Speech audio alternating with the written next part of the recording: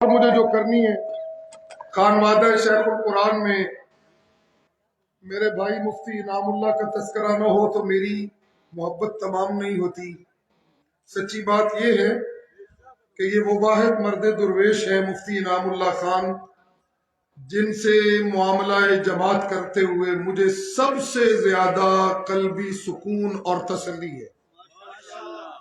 ماشاءاللہ کو یہ میں ذمہ داری سے کہہ رہا ہوں، کوئی ایسا جماعتی موڑ نہیں جہاں مجھے یہ محسوس ہو کہ میرا بھائی مفتی انعام اللہ پرے پرے ہو گیا۔ جہاں کہیں جماعتی معاملات میں مجھے ان کے کندھے کی ضرورت محسوس ہوئی تو یہ میری خواہش سے پہلے وہاں موجود ہوتے ہیں۔ میں بہت مشکور ہوں مفتی انعام اللہ خان کا۔ اللہ تعالی ہم سب کی یہ محبتیں قائم و دائم رکھے۔ مولانا مفتی ولی اللہ صاحب۔ نحمدہ و نصلی علی رسولہ الکریم۔ میں اپنے پیر و مرشد حضرت مولانا سید شفاء اللہ شاہ صاحب بخاری کو اور حضرت مولانا مفتی نعیم الرحمان بلد صاحب اور اپنے بھائی حضرت مولانا مفتی انعام اللہ خان صاحب کو میں اجتماع عام کی کامیابی پر دل کی عطا کرائیوں سے مبارکباد پیش کرتا ہوں۔ جو مجھے انتظامیہ والوں نے ختم نبوت کا موضوع دیا تھا، وقت اجازت نہیں دیتا، میں صرف ختم نبوت پر اپنے اکابر کا ایک تذکرہ کر کے اجازت چاہوں گا۔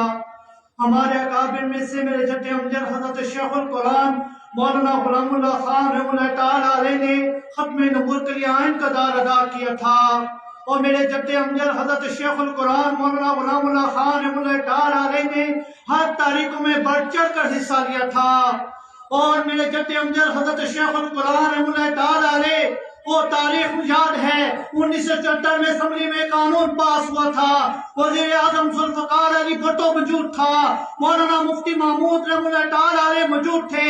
یہ قانون پاس ہوا تھا قادیانیت دائرہ اسلام سے خارج ہے اور کافر ہے۔ اسی تاریخ کو ہمارے مرکز دارالعلوم تعلیم القرآن میں رات کو ختم نبوت کانفرنس منعقد ہوئی تھی، جس میں مختلف جماعتوں کے علماء کرام اور سماجی حضرات تشریف لائے تھے۔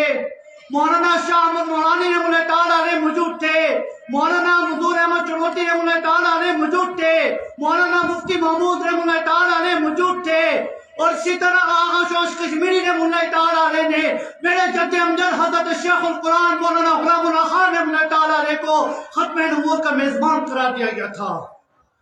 اور میرے جد امجد حضرت شیخ القرآن رحمۃ اللہ تعالیٰ علیہ کے سامنے وزیر اعظم ذوالفقار علی بھٹو نے کہا تھا آپ کا یہ مدرسہ دارالعلوم ہے، یہ دارالعلوم کا ہیڈ کوارٹر ہے۔ میرا جد امجد حضرت شیخ القرآن مولانا غلام اللہ خان رحمۃ اللہ تعالیٰ علیہ نے سخت لہجے میں جواب میں کہا تھا میرا وزیر اعظم صاحب میرا مدرسہ دارالعلوم ہے اور قرآن کی تعلیم یہ ہے ما کان محمد ابا احد من رجالکم ولکن رسول اللہ وخاتم النبیین۔ سبحان اللہ، بے شک۔ اور میرے جد امجد حضرت شیخ القرآن رحمۃ اللہ تعالیٰ علیہ کے دور میں بھی دارالعلوم تعلیم القرآن تمام تاریخوں کا مرکز تھا، اور الحمدللہ اب بھی دارالعلوم تعلیم القرآن تمام تاریخوں کا مرکز ہے اور رہے گا انشاءاللہ۔